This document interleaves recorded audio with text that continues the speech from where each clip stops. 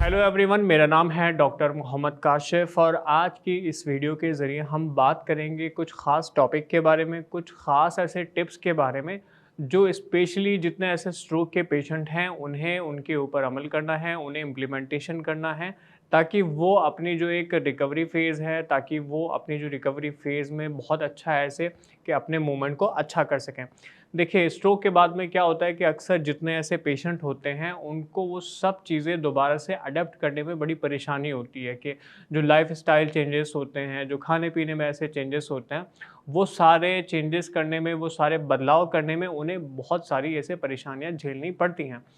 तो बेसिकली वो क्या ऐसे टिप्स हैं जो उन्हें फ़ॉलो करने चाहिए, वो क्या ऐसी चीज़ें हैं, वो क्या ऐसे पॉइंट हैं जिनके ऊपर उन्हें ख़ास तौर से ध्यान देना चाहिए और उन पॉइंट्स पर ऐसे अमल इम्प्लीमेंटेशन करके वो आगे बढ़ सकते हैं, अपनी रिकवरी को कहीं न कहीं बहुत अच्छा और बेहतर कर सकते हैं। तो इस वीडियो के ज़रिए मैं उन कुछ पॉइंट्स को आपको बताने वाला हूँ। कोशिश करिएगा कि जितने ऐसे पॉइंट हैं उनको आप कहीं न कहीं रोज़ ऐसे अपने डेली रूटीन में फ़ॉलो करिए।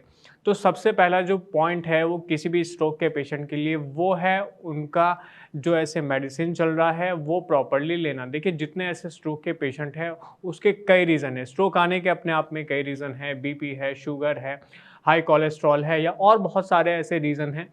तो जितनी ऐसी ये कंडीशन है या और भी अगर बीमारियां हैं, तो जितने ऐसे स्ट्रोक के हमारे पेशेंट हैं या और ऐसे पेशेंट हैं, वो कोशिश करेंगे कि अपनी जितनी ऐसे दवाइयाँ वो रेगुलरली लेते हैं, वो सारी दवाइयाँ जो हैं वो रेगुलरली लेते रहें। कोई भी ऐसी दवाई को मिस करने की कोशिश ना करें। ख़ास तौर से अक्सर देखा गया है कि मान लिया कि पेशेंट को बहुत समय पहले से ऐसे बीपी की दिक्कत थी और उन्होंने 2, 4, 5 दिन के लिए ऐसे बीपी की मेडिसिन छोड़ दी। उन 2, 4, 5 दिन के दौरान ही उनको स्ट्रोक यानी लकवा आ जाता है। तो जितने ऐसे मरीज़ हैं, जितने स्ट्रोक के लकवे के मरीज़ हैं, वो ख़ास तौर से अपनी दवाइयों का ख़्याल रखें, रेगुलरली जो है वो दवाइयाँ लेते रहें। अब बात करते हैं दूसरे टिप्स की। दूसरा जो टिप है वो है आपको कि जितना अपनी फ़िज़िकल एक्टिविटी को आप मेंटेन रख सकते हैं, जितना ज़्यादा बेहतर रख सकते हैं, कोशिश करिए कि आप उतना ज़्यादा अपनी फ़िज़िकल एक्टिविटी को अच्छा रखें। अब इसके क्या मायने निकल के आते हैं? देखिए, जितने स्ट्रोक के पेशेंट हैं, जब उनकी एक न्यूरोप्लास्टिसिटी वाला एक प्रोसेस जो चलता है, उसमें उनके फ़िज़िकल एक्टिविटी, फ़िज़िकल मूवमेंट का होना बेहद ज़रूरी है। बेहद ज़रूरी क्यों है? क्योंकि दोबारा से आपका ब्रेन जो है चीज़ों को रिलर्न करता है या आपकी जो मसल बहुत ज़्यादा स्पास्टिक, टाइट ऐसे हो जाती हैं, स्टिफ़ ऐसे हो जाती हैं, उन मसल्स की स्टिफ़नेस को कम रखने के लिए भी आपके लिए जो ऐसी फ़िज़िकल एक्टिविटी हैं, जो एक्सरसाइज़ेज़ हैं, जो वर्ज़िश है आपके लिए, उनका करना बेहद ज़रूरी है। तो जितने भी ऐसे पेशेंट होते हैं वो बिल्कुल हार ना मानें, जितनी ऐसे एक्टिविटी, जितनी फ़िज़िकल एक्टिविटी, जितनी एक्सरसाइज़ेज़ वो कर सकते हैं, वो कोशिश करें कि उतनी ज़्यादा फ़िज़िकल एक्टिविटी वो करते रहें। अब तीसरा जो टिप यहाँ बन के आता है वो है आपके लिए आपका जो हेल्दी खाना है, आपकी जो डाइट है। देखिए, जितने ऐसे पेशेंट हैं, आप लकवे से पहले, आप स्ट्रोक से पहले क्या खाते थे ये बिल्कुल भी अब मायने नहीं रखता। लेकिन आप स्ट्रोक के बाद में क्या खाते हैं, कितनी कैलोरी लेते हैं, कितनी शुगर लेते हैं, कितना फाइबर लेते हैं, ये अब स्ट्रोक के बाद में बहुत ज़्यादा मायने रखने लग जाता है। ये मैं क्यों कह रहा हूँ? मान लिया कि कोई ऐसे बहुत ज़्यादा शुगर का पेशेंट है, डायबिटीज़ का पेशेंट है, तो उसके लिए ज़रूरी है कि वो ज़्यादा ऐसी चीज़ें ना लें जिसमें बहुत ज़्यादा शुगर होती है, जिसमें बहुत ज़्यादा मिठास होती है। पेशेंट ऐसे होते हैं कि बहुत ज़्यादा पहले मान लिया कि तेल और घी वाली चीज़ें लेते थे, तो जितने ऐसे पेशेंट हैं वो कोशिश करेंगे कि तेल घी वाली चीज़ें भी उतनी ज़्यादा ना लें, क्योंकि उनका जो बैड कोलेस्ट्रॉल है वो बहुत ज़्यादा बढ़ ना जाए।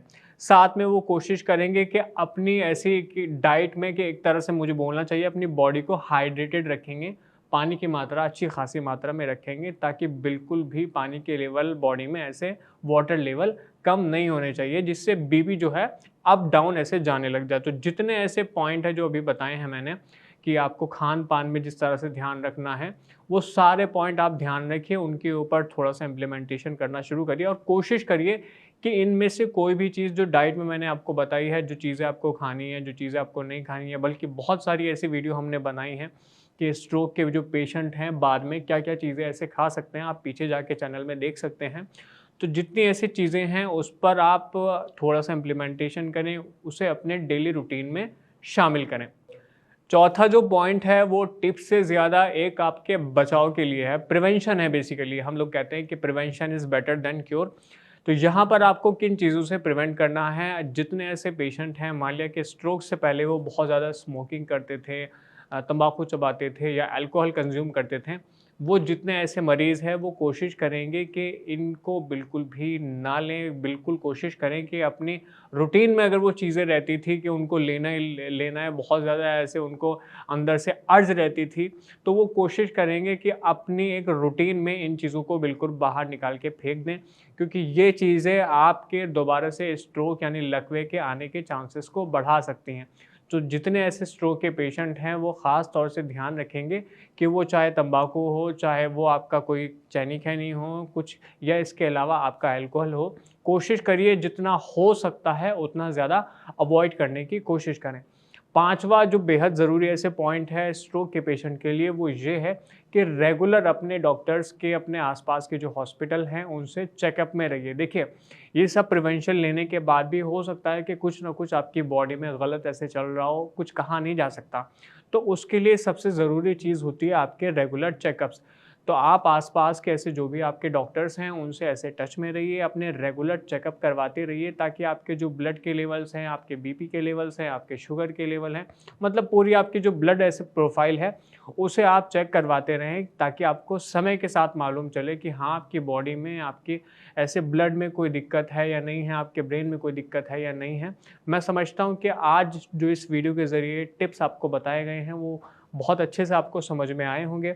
फिर भी कोई ऐसा पॉइंट है जिसे आप समझना चाहते हैं, जो आपको समझ में नहीं आया है, तो आप नीचे कमेंट सेक्शन में लिख के हमें बता भी सकते हैं। हमारे डॉक्टर्स की टीम आपके लिए हर समय उपलब्ध है। धन्यवाद।